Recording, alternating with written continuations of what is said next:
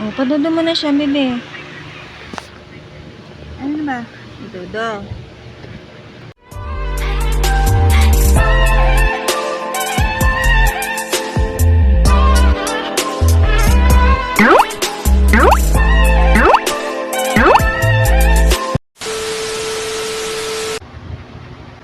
Yo guys, what's up? This is OG and welcome to my YouTube channel. Guys, update ko lang kayo about doon sa puppy ko na nanganak, o sa alaga ko. Si Chichi, nanganak siya noong October 18 ng madaling araw. I think mga 3 AM. Kasi guys, late, nagising kami, may lumabas na sa kanya, nakapanganak na siya. So, ayun. Kaya buti ka mo, nagising yung anak ko.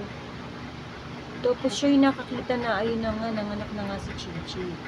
Kasi nung gabi pa lang, medyo napifeel ko na iba na siya, paikot-ikot na siya, tapos, talks. Tapos, yun, taltal na siya ng kalkal, naghahanap siya ng pwesto, tsaka hinihingal na siya. So, ayun. Kaya, ayun. So, yun na nga, na madaling araw. Nanganak na siya, ayun, guys. Ang galing nga nito lagi madaling araw siya nanganak. Kasi sabi ko sa kanya, wag siya manganak nang wala ako. Kasi wala mag-aasikaso sa kanya. So, pinatitignan-tignan ko lang siya. So, pag nandiyan yung anak ko na walang pasok, siya yung nagbabantay. So, yun, madaling araw siya nanganak na siguro mga I think 3 AM or past 3. Kasi mga magti-3:30 na kami nung nagising kami ng anak ko. So yun, may lumabas na nga sa kanya na isang baby boy.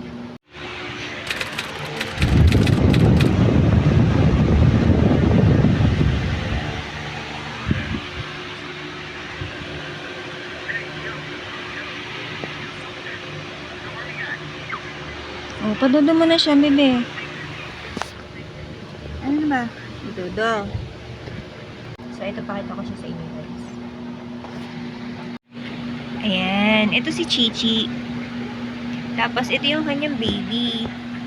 Ayan, nagtatago, nagdedede siguro. Ayun nga, hindi natutulog. So, ayan, yan silang mag-ina. So, ayun. Nanganak siya noong October 18. So, 2 days na sila ngayon. Good girl, Chichay. Good girl. Galing, good job. Ayan. Ano na to guys, magpa 5 years old na siya sa December. Tapos, pangatlong panganganak na rin niya yan. Yung unang panganganak niya, cesarean yan eh. Pero, nailabas niya yung una ng normal. Tapos, yung second, hindi na kasi medyo malaki daw, sabi ng doktor. So, ayun, tinakbo na namin siya sa vet.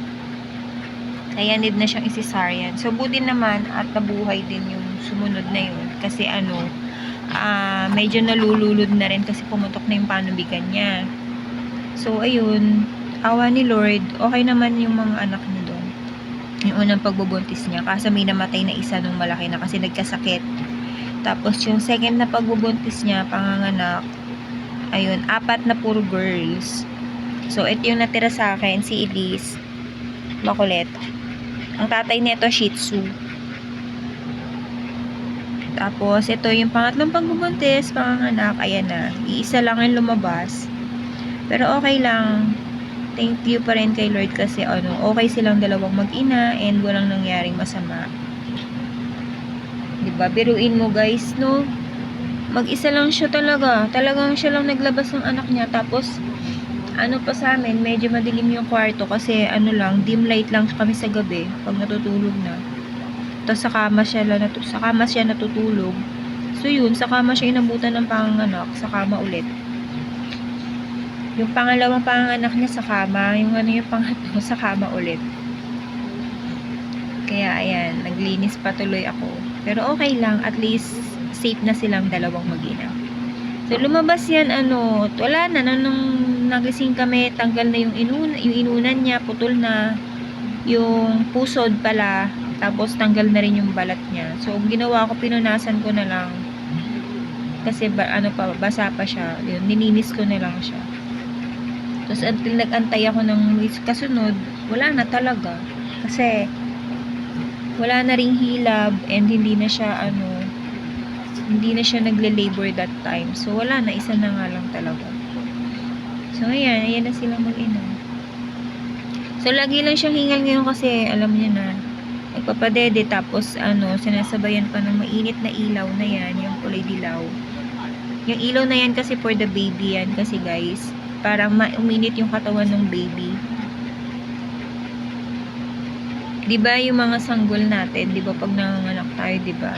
Iniilawan din. So sila din kailangan din nila ng ilaw para mainitan yung katawan nila. So ayan. Si Mother Chichi. Mother Chichi, say hi sa video. Ching! Ching, tingin ka kay mama. Yee! Galing! Good job! Ayan. Nagdede na naman si Kulit.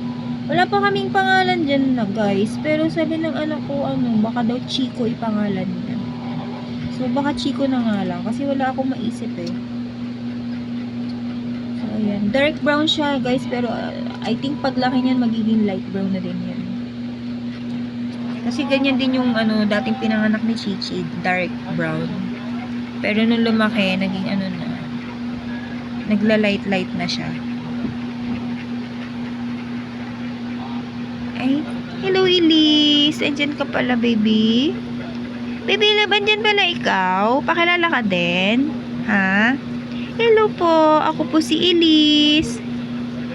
Oh, siya daw si Elise. Oh, ito naman si Chichay. Tapos ayun si Chico. Ayun. Yan. Diba guys, ang galing-galing yan eh. Sobrang galing ng Mother Chichi na yan. Kayang-kaya niya nang alagaan yung anak niya kahit hindi siya bantayan.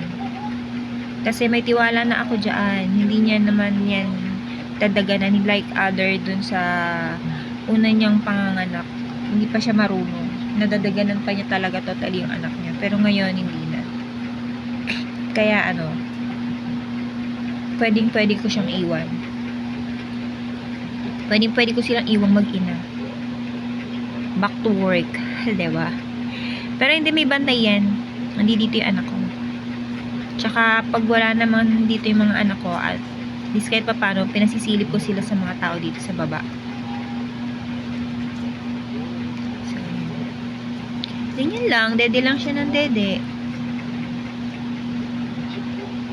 Sige na, bye-bye na tayo, pa-chiching. Bye-bye guys. Thank you for watching for my update sa aming baby. Nood ulit kayo sa mga next video namin, guys. Bye-bye. Bye na, Chi. Bye ka na, Chi. Chi. Chiching. Pachichay. Ayun na tumingin ang pachingching namin. O, yun. O, bye-bye. Bye, guys. Thank you for watching. Don't forget to comment your reaction. And please like our video and share and subscribe sa mga hindi pa nakasubscribe. Thank you guys for watching again.